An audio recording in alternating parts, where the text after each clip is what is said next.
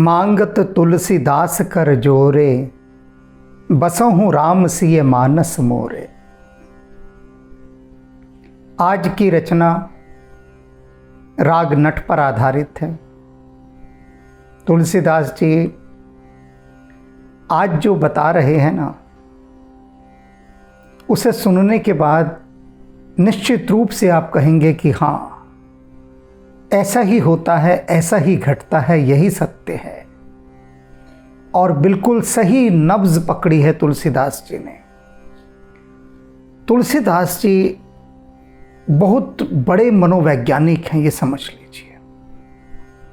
केवल तुलसीदास जी ही नहीं, वरन जितने भी संत हैं सभी बहुत बड़े मनस्विद हैं, मनोवैज्ञानिक हैं।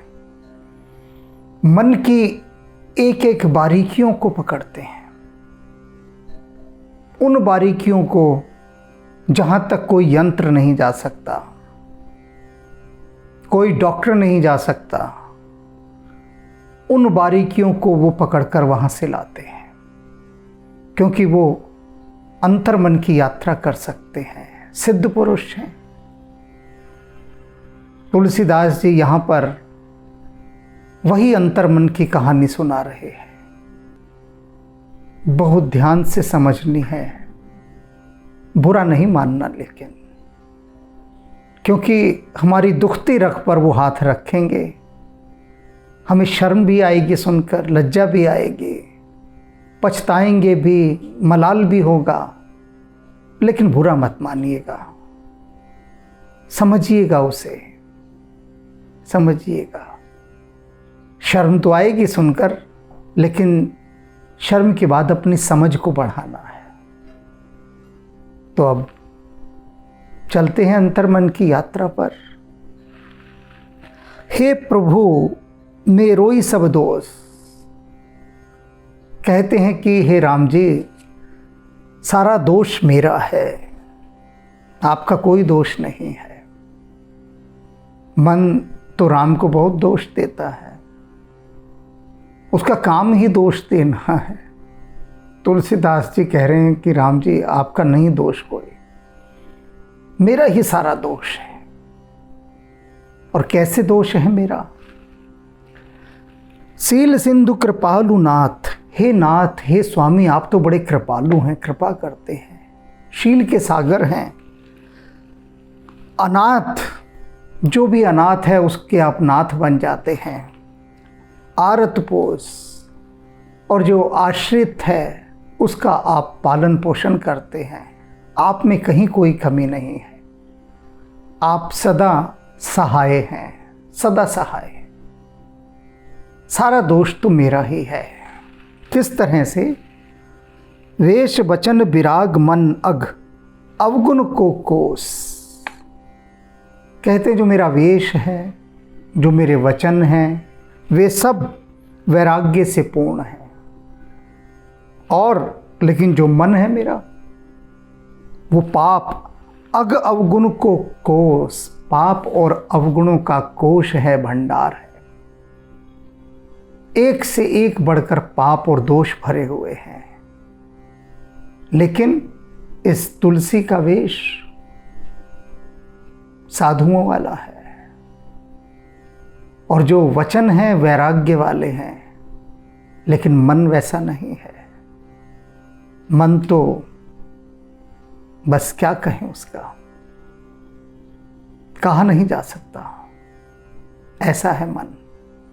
सदा मन अवगुण और पापों में संलग्न रहता है। राम प्रीत प्रतीत पोली,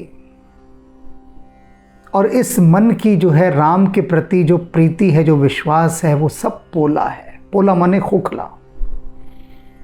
ये खोखला प्रेम करता है राम से, भरोसा नहीं है इस पर, राम पर। बस नाटक करता है राम पर भरोसा करने का, उससे प्यार करने का। वास्तव में राम से प्रेम नहीं है, दिखावटी है, पाखंड के लिए, आडंबर के लिए राम से प्रेम करता है ये मन, वास्तव में नहीं करता। कपट करतब ठोस, और जो बुरी करतूतें हैं, छल कपट है, उसमें ये ठोस है, वहाँ सख्त है। मजबूत है वहाँ पर। ठोस माने मजबूत। राम के प्रेम में और राम के विश्वास के प्रति तो है खोखला। और भरा हुआ किससे है, मजबूती किसमें है, इसकी छल कपट में। जितने भी छल कपट, पाखंड, पाप, अनाचार, उन सब में इसकी बड़ी मजबूती है, बहुत आस्था है। उनसे प्यार भी और विश्वास भी है, बस राम से ही नहीं है।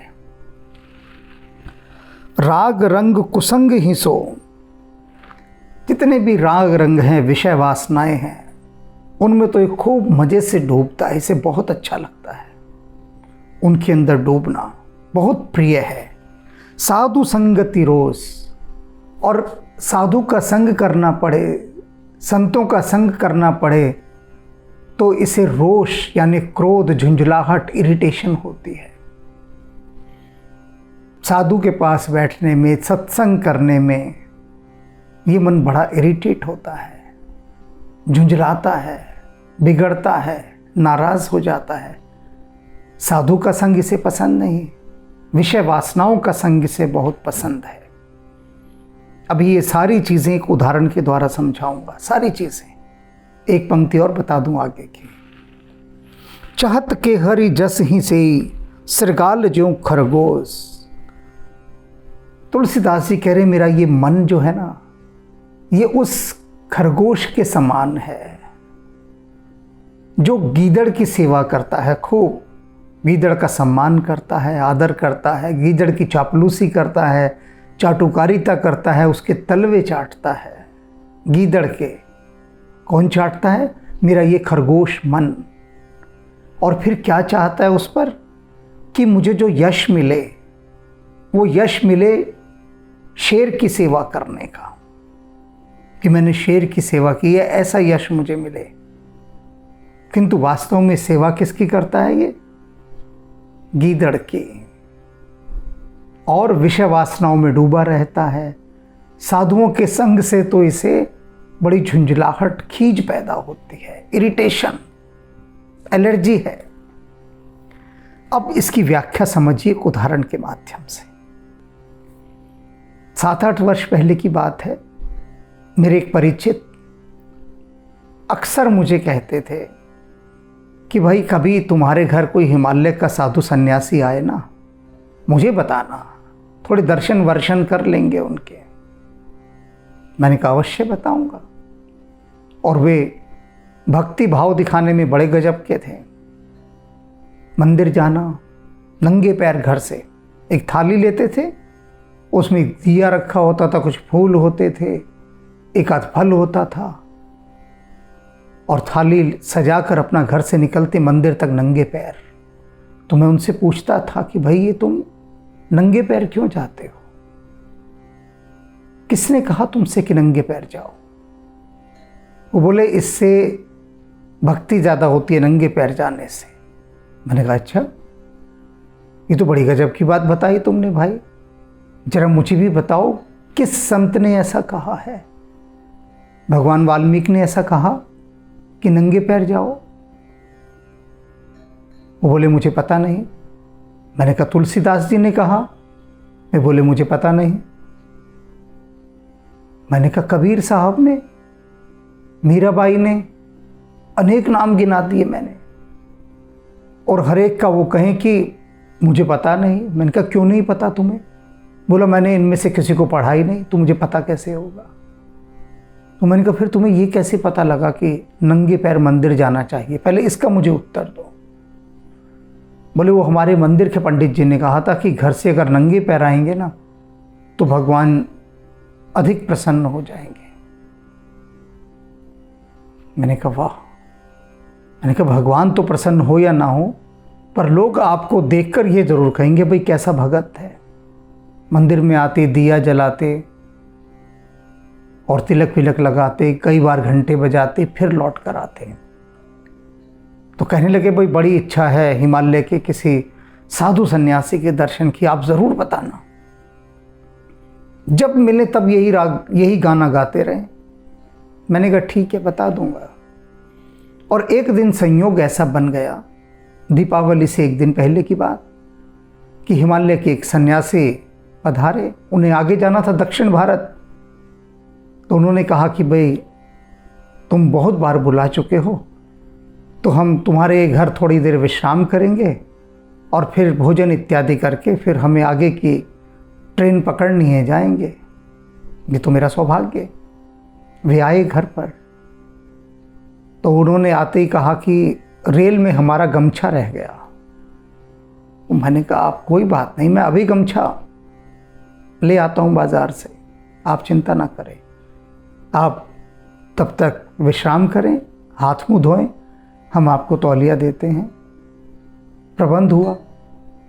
तो संयोग से मुझे ध्यान आ गया कि वे बार बार बुलाते थे कि भाई हमारी हाजिरी लगवा दो किसी हिमालय के साधु सन्यासी के आगे, तो हम उनसे ये प्रार्थना कर दें कि भगवान के हमें जल्दी दर्शन हो जाए। मैंने उन्हें फ़ोन किया कि आपकी मनोकामना पूरी हुई, हिमालय के एक सन्यासी मेरे घर पधारे हैं और आप एक काम कीजिए, आते हुए ना एक गमछा लेते हुए आइए। 100 रुपये का लगभग गमछा आएगा। दुकान भी मैंने बता दी, वे भी जानते थे उस दुकान को। तो 100 रुपये का गमछा लेकर आइए और आपकी हाजिरी भी लग जाएगी, उन्हें नमस्कार भी कर दीजिए। वे बोले भाई देखो मैं बिल्कुल नहीं आ सकता क्योंकि मुझे अपने बॉस के घर जाना है। शाम के 5 बजे का समय था। मैंने कहा बॉस के घर जाना है, क्या बात है? उन्होंने कहा दिवाली देकर आनी है। मैंने कहा दे आना दिवाली, दिवाली में क्या है, पहले बाजार से गमछा ले आओ, इनको नमस्कार करो, हाजिरी लगाओ और बॉस के घर चले जाओ, जो उपहार दीपावली पर देने दे आओ। वे बोले भी इतना समय नहीं है, इतना ट्रैफिक होता है रास्ते में, फिर बॉस के यहाँ भी बहुत लोग आए गए होते हैं, मुझे जल्दी पहुँचना है। मैंने कहा अब जैसी आपकी इच्छा।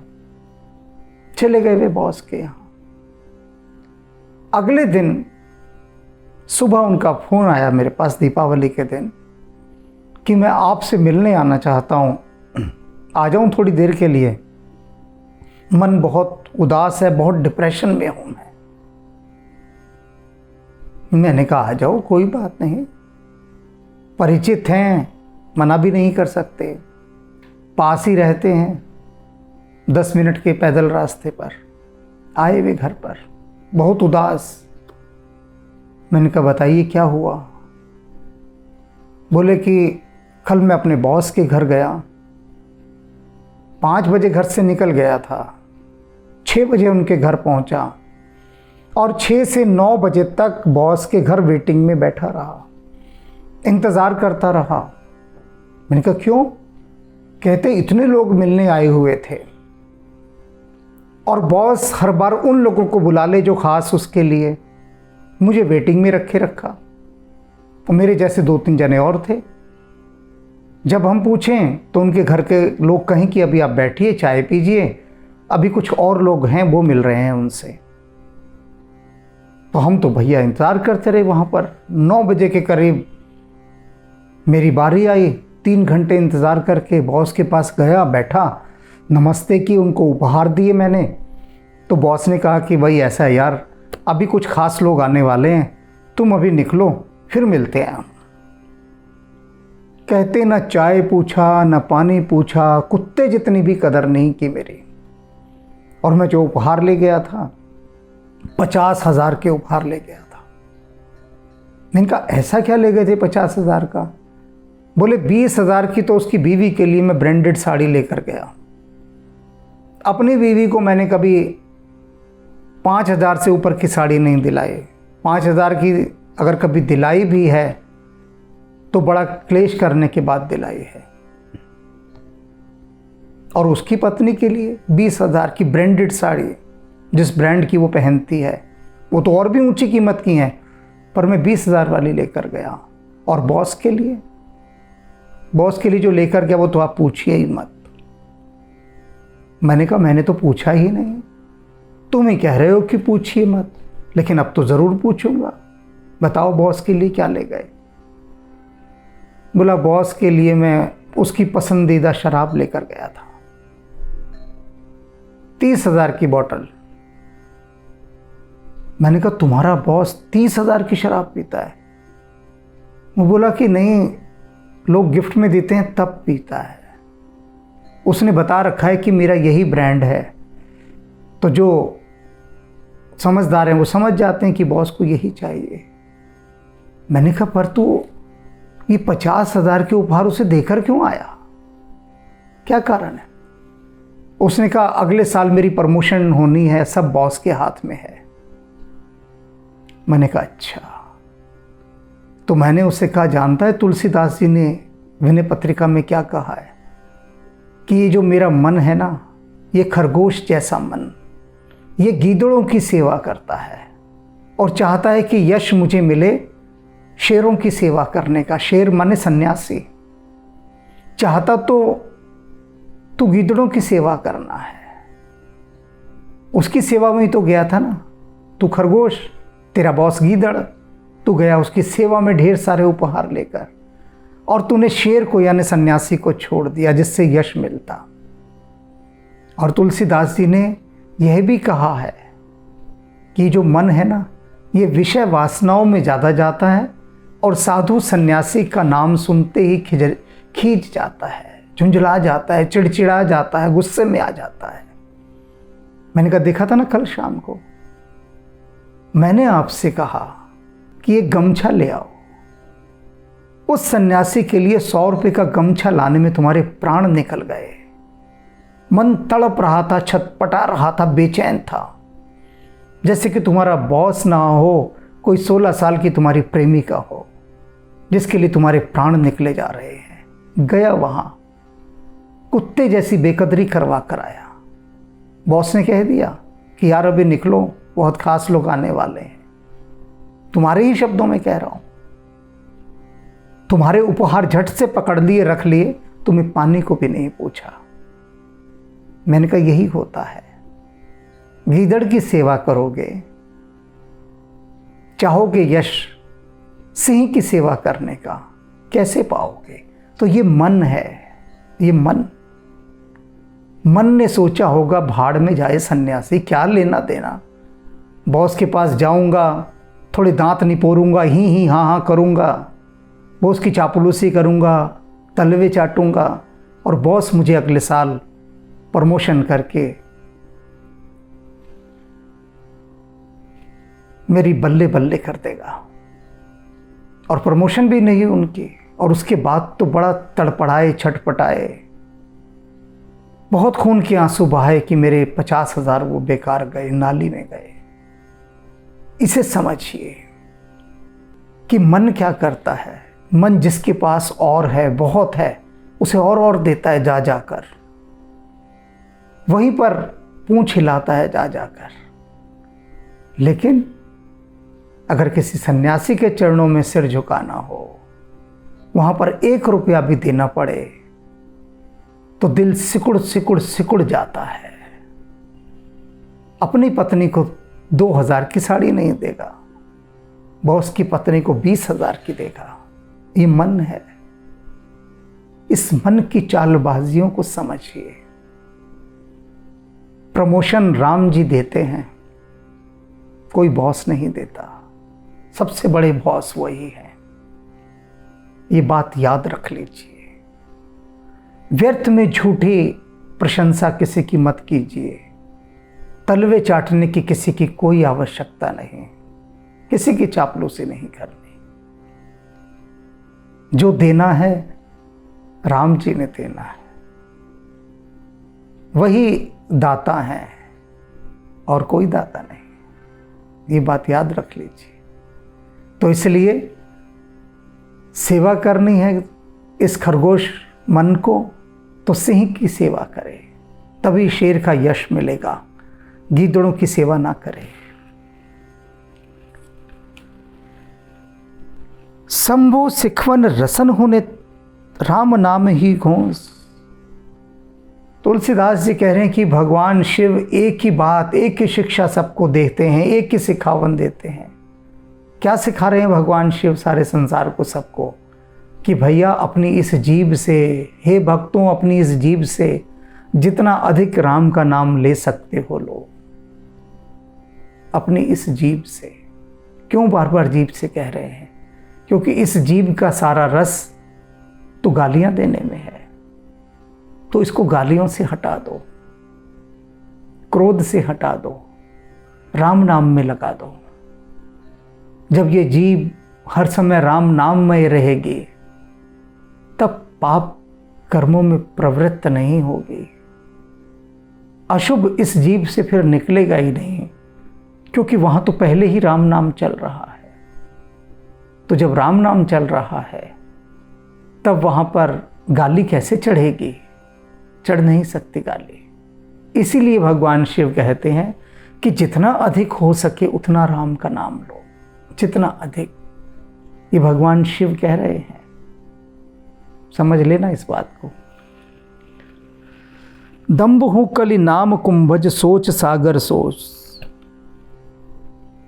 कहते हैं कि अगर अभिमान के साथ भी तुम राम का नाम लेते हो, अहंकार के साथ भी लेते हो, तो भी उस अभिमान और अहंकार से भी लिया गया राम का नाम तुम्हारा बेड़ा पार कर देता है।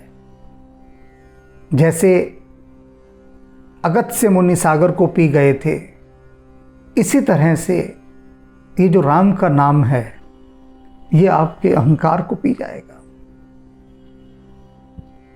बिल्कुल पी जाएगा। आप जितना अहंकार में भरकर भी अगर राम का नाम लेते हैं, पाप से भरकर भी यदि राम का नाम लेते हैं, तो इस राम के नाम की महिमा ऐसी है कि वो आपका सारा पाप, सारा अहंकार सब ऐसे ही पी जाएगा जैसे कि अगस्त्य ऋषि सागर को पी गए थे। मोद मंगल मूल अति अनुकूल निज निर्जोष। कैसा है ये राम का नाम? मोद मंगल मूल, सभी आनंदों की और खुशियों की जड़ है। ये जड़ है मंगल की, आनंद की। अति अनुकूल, किसी भी तरह किसी भी स्थिति में कैसा भी व्यक्ति इस राम के नाम को लेता है वह अनुकूल है, प्रतिकूल कभी भी नहीं है। अनुकूल निज निर्जोष, इसका अपना स्वभाव है कि ये सदा अनुकूल रहता है। किसी भी स्थिति में ले लो, कैसे भी ले लो, कहीं भी ले लो। कुछ लोग जिज्ञासा करते हैं कि हम अशुद्ध हैं इस समय, तो अशुद्ध हैं तो इस समय हम राम का नाम ना लेना, पूछते हैं मुझसे। तो तुलसीदास जी क्या कह रहे हैं कि कैसी भी स्थिति में तुम हो, कैसी भी स्थिति में राम का नाम प्रत्येक स्थिति में अनुकूल रहता है। इसका कोई साइड इफेक्ट नहीं है, कोई भी साइड इफेक्ट। हर चीज़ का कोई ना कोई साइड इफेक्ट होता है, नुकसान होता है अर्थात। लेकिन राम नाम एक ऐसा दिव्य तत्व है कि कभी भी, कहीं भी, किसी भी स्थिति में राम का नाम लोगे ना तो दोष नहीं लगेगा, पाप नहीं लगेगा, किसी भी प्रकार से प्रतिकूल नहीं होगा। तो ये सोच अपने भीतर से निकाल देनी है। तुलसीदास जी जो बता रहे हैं इस समय, अक्सर दुनिया यही कहते हैं ना कि हमने सुना है इसलिए हम करते हैं। तो ये सुन लो, यहाँ पर ये तुलसीदास जी कह रहे हैं, और अपने उसी मन में बिठा लो जो अक्सर उन बातों को करता है कहते हुए कि हमने सुना है ऐसा होता है, हमने सुना है ऐसा होता है इसलिए हम ऐसा करते हैं, हमने सुना है। तो अभी भी तो सुन ही रहे हो, मैं सुना रहा हूं। तुलसीदास जी कह रहे हैं किसी भी स्थिति में राम का नाम, बार बार मैं समझा रहा हूं, कहीं भी हो, कैसे भी हो, राम का नाम ले सकते हो, तुम्हें फलेगा। ये याद रख लो। कभी मत सोचो हम अपवित्र हैं इस समय तो हम राम का नाम नहीं लेंगे। अरे अपवित्र हो तब तो ज़्यादा लेना है राम का नाम, तब तो ज़्यादा लेना है। कोई कहे कि मैं अभी स्नान नहीं करूँगा कि मेरे शरीर पर बहुत कीचड़ लगा है, बहुत कीचड़ लगा है, जब ये सूख जाएगा, अपने आप झड़ जाएगा, हट जाएगा, तब मैं स्नान कर लूँगा, तब मैं जल का उपयोग करूँगा। अरे राम नाम तो जल है। और तुम कहते हो कि अभी हम अशुद्ध हैं, कीचड़ लगा हुआ है, तो हम जल का उपयोग नहीं करेंगे। तब तो ज़्यादा करना है भाई, ज़्यादा करना है। भीतर जितना अधिक पाप भरा हो, जितनी अधिक अपवित्रता हो, जितना अधिक दोष हो, उससे 100 गुना जाप करो, राम नाम लो, सारी अपवित्रता का कीचड़ धुल जाएगा। राम नाम प्रभाव सुन, तुलसी हु परम प्रतोष। तुलसीदास जी कह रहे हैं परम परितोष। आपके नाम की ऐसी महिमा सुनकर, उसका प्रभाव देखकर अपने ऊपर भी तुलसीदास जी कह दें मुझे तो परम संतोष है, परम परितोष, मैं तो परम संतुष्ट हूँ, क्योंकि मैंने राम नाम की महिमा देखी है, उसका प्रभाव देखा है, उसकी महात्म्य को जाना है, अनुभव किया है, अपने जीवन में अनुभव किया है। इसलिए मैं कैसे राम नाम से विमुख हो जाऊं। सारा दोष जितना भी है वह मेरा ही दोष है। अगर मैं आगे नहीं बढ़ पा रहा, आप तक नहीं पहुंच पा रहा, तो अभी कमी मुझ में ही है, मुझ में ही है। और कमी क्या है?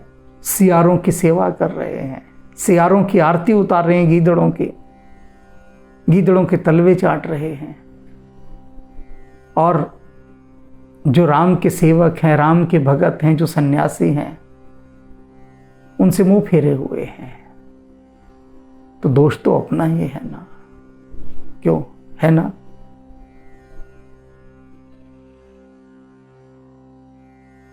सतबार नमन गुरुदेव, 100 बार नमन गुरुदेव, सतबार नमन गुरुदेवा, 100 बार नमन गुरुदेवा।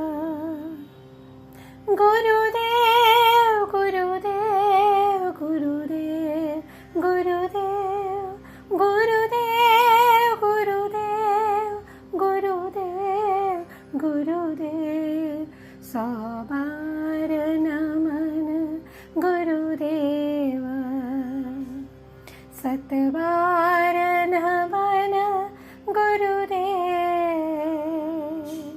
गुरुदेव गुरुदेव गुरुदेव गुरुदेव गुरुदेव गुरुदेव गुरुदेव,